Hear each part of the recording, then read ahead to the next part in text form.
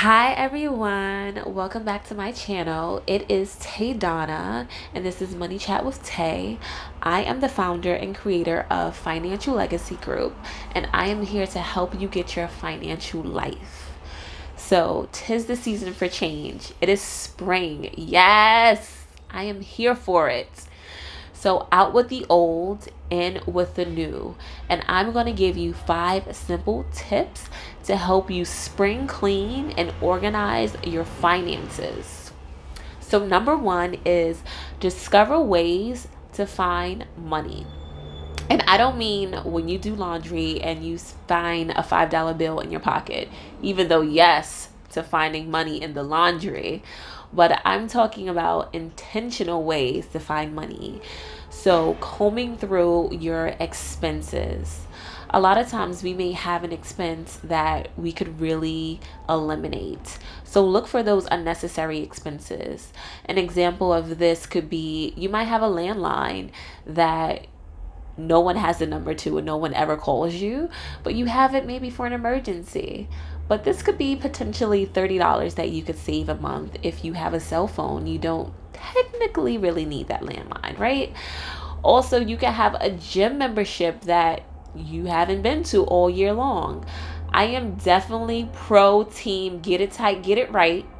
But if you're not using or taking advantage of that gym membership, that could be an additional $40, $50 a month that you could be contributing elsewhere. You might have some subscriptions like Netflix. I'm definitely a fan of Netflix and chill. But if you're not taking advantage of it or you need to cut back in some way, that could definitely be a savings for you. So definitely look for some unnecessary expenses that you could eliminate out of your budget to find new money. So the second thing would be to put that new money to good use. So there's only going to be few times that you could probably really discover money or get a lump sum of money. So in these instances, definitely take the opportunity to put them to your savings. This would be a great time to boost up your savings. Even for your retirement accounts, you could boost up the amount of money that you're setting aside for your retirement account and contribute more. You could start new savings accounts if you want to start a 529 education saving plan for your children. This newfound money can be a way to contribute to that. So whatever that you can use this money to contribute to your financial goals, definitely take advantage of that.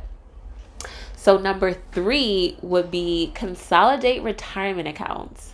So if you're like me, you've had more than one job in your career and you may have had a 401k that you're essentially kind of sitting around with from these jobs. So if you have more than one 401k or IRA account, you might want to think about consolidating it. It'll definitely make it easier for you to keep track of your accounts, and it also would decrease the expenses that you're paying in order to have multiple accounts managed.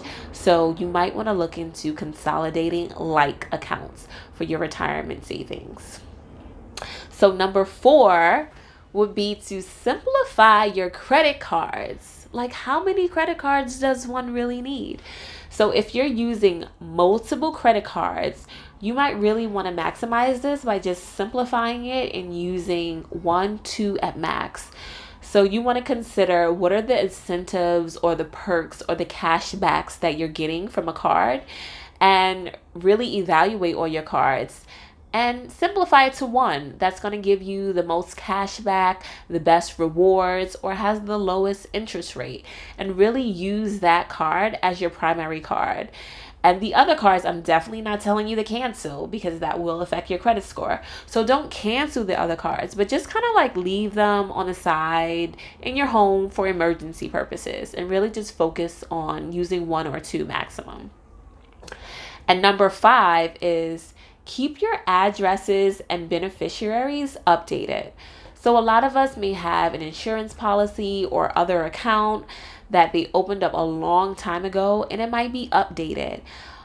Me personally, I just recently updated the beneficiaries of my IRA and my insurance policies, because I have children, and maybe when you had a family change, you didn't really think about updating your beneficiaries.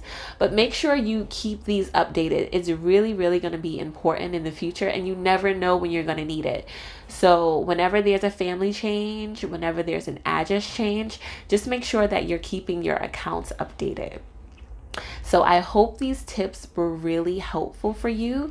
Remember, you don't need to tackle everything all at once. Keep it simple.